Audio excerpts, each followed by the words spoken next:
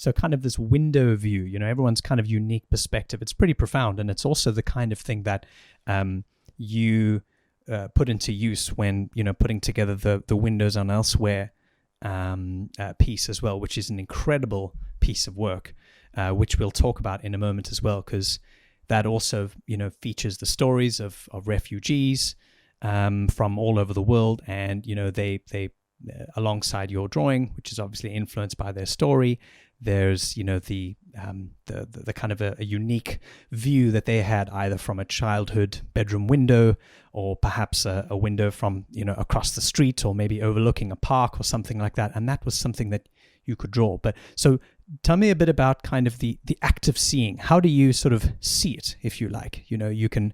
how do we see seeing? Yeah, exactly. Because this is it's profound. And it's also what led us to kind of create, as in support of Amnesty International, Art for Human Rights, we put this together with you. So the Windows on Elsewhere, how do you sort of see seeing, and where does the kind of the inspiration come from when it comes to drawing that perspective in that hyper realistic, beautiful detail? You kindly insist on the hyper detailed, but I think yes, even at the time, we're talking about 20 years ago, and I was very interested. I was not aware that I was very interested in the fact that we don't just see things. I mean, seeing is I was coming from a wrong perception of seeing or reading, for that matter, as a passive acts, that something is plus and something is minus. In the interaction, there is a plus and there is a minus, and the minus is the recipient. One gives and the other one takes. And I think it is, I don't know exactly why I had this idea. Maybe I was just wrong, or maybe culturally we do divide those who produce from those who receive somewhat, in creativity, for example, in anything. And instead, even by doing this very long drawing, I was interested in the fact that to be able to render something that is definitely there, you have to actively make mistakes and transform the act of viewing, because otherwise people wouldn't understand it. If I were to follow very precise guidelines, such as a frontal view, heights, or what the photographs, the hundreds of photographs that I've taken, I would have to render things that were not even very realistic. So I needed to modify many aspects of what I was seeing in order to render it. And so I realized that I was looking for the place that I was infatuated with, but at the same time I was looking for how do I perceive the place that I'm so infatuated with, and how do people see it?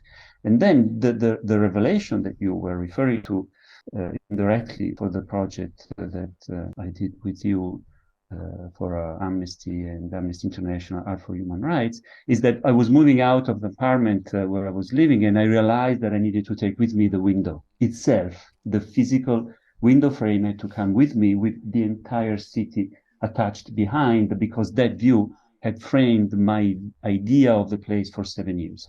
Had I left it behind, I would have left a part of me. I could have brought the bed, the desk, the pens, the books, but leaving the window view behind would have meant abandoning an interlocking thing that made my being connected with the city. So I got scared. I couldn't take it with me because they wouldn't let me. Had I also been able to take the frame, the city behind would not have come with me.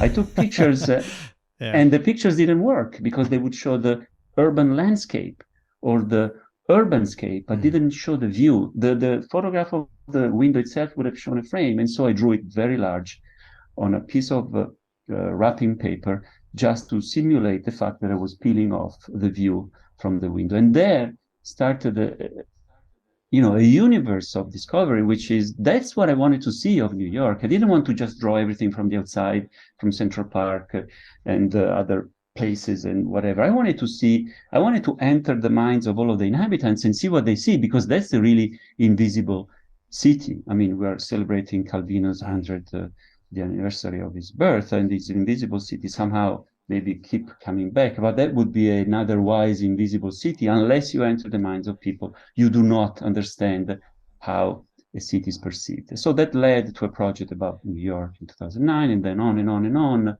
writers, until I met you, I met Art for Human Rights, and realized that the act of seeing is loaded, is enriched, is empowered. I don't know which of these words works best, but by all of that we are, all of that we know, all of our memories, what we have left behind, all of the machinery, time-wise and space-wise, that allows us to be there in front of this frame, looking out at a world that is not touchable because you can only touch the frame. And so the window as an architectural element is the most powerful in terms of symbolism, metaphor, and almost physics or metaphysics, because it's both real and unreal. You can't touch. You can touch paintings, you can touch, the drawing of a view, but you cannot touch the view. That is elsewhere, even for yourself. And so that's how the project began. What do people who have left their homes, their lands, their families, their past, and they cannot go back? What do they see? They don't see what we see. They cannot be seeing what we see. So that's what I feel or think about the act of seeing. I love hearing you talk. It's really so profound because it makes so much sense. It's the perspective that you have is obviously completely individual. It's an individual experience that only makes sense to you and carries that value. But at the same time, what you see or what you are looking out onto, whether it's a city or a park or wherever you are, is also sort of public, and it's it's shared by everyone. So that's where that sense of familiarity comes from. So I just what I want to do now is just read a quick excerpt from one of the entries of one of the refugees featured in this gorgeous collection of drawings and stories, Windows and Elsewhere, from a refugee called Abir Al-Jundi. And I'm just going to read their story, and I want to, and also if we're watching the video component of this podcast, we'll show some clips of the actual drawing that accompanies this story that you produced. And I'd love to hear afterwards just your perspective on the perspective. I want to hear how you kind of rendered all of that out based on this, because it all makes sense. For example, the New York drawings that you created, that was your perspective, but this was someone else's perspective, which then requires an interpretation on that perspective, which is fascinating, and I'd love to hear what you say. But let me just read this short excerpt quickly. In my apartment in Ljubljana, there is a wide and open view from my window. However, memory casts its shadow on the view, since the buildings in the foreground remind me of the buildings in Damascus. The far mountain, despite its permanent whiteness, reminds me of Mount Qasun, which surrounds the city of Damascus as a bracelet surrounds the wrist of a hand. There is both nostalgia and the cruelty of being a refugee. I have made friends here. I like to leave my apartment and its window view to join my friends in the local falafel restaurant. It reminds me of home. I see the outside world, what's outside that window. I'm in Slovenia now, learning, settling, and enjoying the traditional partiket dessert. So it's such a sort of a simple yet unmistakably individual perspective, and the whole kind of piece is loaded with all of these incredible stories, which range from funny to completely heartbreaking and tear-jerking. All of these stories of people who carry these stories with them, and just like they carry their stories, they carry this perspective, they carry this view that they can never have erased from their minds, of a childhood bedroom window or an apartment view. And so how, maybe just to start off with this excerpt that I read now from Abir's story, how did you go about creating that drawing? What kind of were there certain words that inspired you? How did you put that together in your mind? Alex, the truth is that I did none of the things you just said. I mean, the idea was always, and has always been, even previous projects in which there was no mission other than showing what things look like. Yeah. Now there was something else, and what I always wanted to do, and I always and we did it with Bill Shipsey, the founder of Art for Human Rights, and really ran the project and ran me as a person, was that I wanted to offer the simplest platform for the stories to take another dimension. I didn't want to intervene in any way. In fact, we were very strict and rigorous in order for the stories to come out as naturally as possible. I did the drawings before almost knowing who these people were. I mean, we would select the people.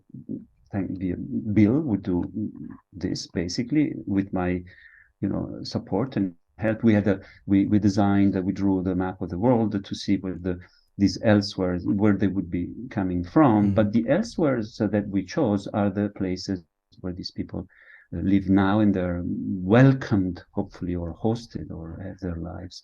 Because we wanted to show that their elsewhere was basically could also be seen as our elsewhere, because we aren't really able to see what the world looks like at our windows, because we are used to it. And so all I did, I called myself, whenever we did the meetings, the chief line executor. I mean, I wanted to do the drawings as well as I could. I would be receiving tens of photographs from them first.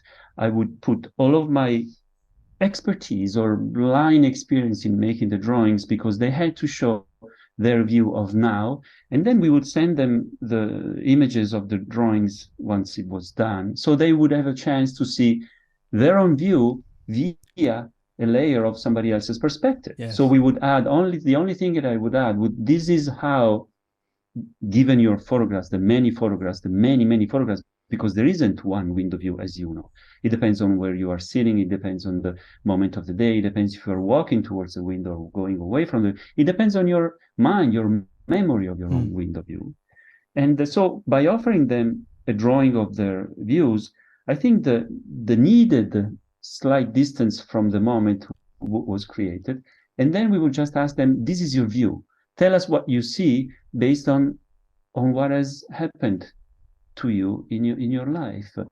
Does the past affect what you're seeing, or is what you're seeing now, in this case in Viana, does it affect what you remember? Is there a two-way interaction between a memory that comes from the past, like a wave hitting you from behind, or the strength, the power of your desires connected to the present works backward in modifying your memories? And this was the simple offering that we had the luck of putting together for all of these 60 views, that then was so clear and so rigorous that allowed, as you said, for an amazing cross and inter-reading of all of these stories, in which you can go from feeling hopeful for humanity to saying, this is not good, these stories are heartbreaking.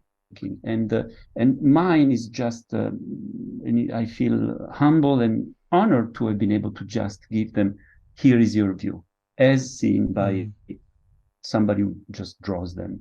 And the uniformity of the drawings allows for a better, inter-reading. Photographs, you might think, could have worked the same, but photographs are different because, again, they can focus on what is outside more than the framing. And by doing this kind of drawing, maybe hyper detailed, although I try to do as few lines as possible to say the most, I think let them allow all of these amazing people to calmly, perhaps, share incredibly intense perceptions that we do not see looking outside our windows. There are one or two from Turin. He sees Turin, which is where I live now, where I'm now talking to you, in a different way. It is not the same as I see it, or as people who are born and raised here see it, obviously.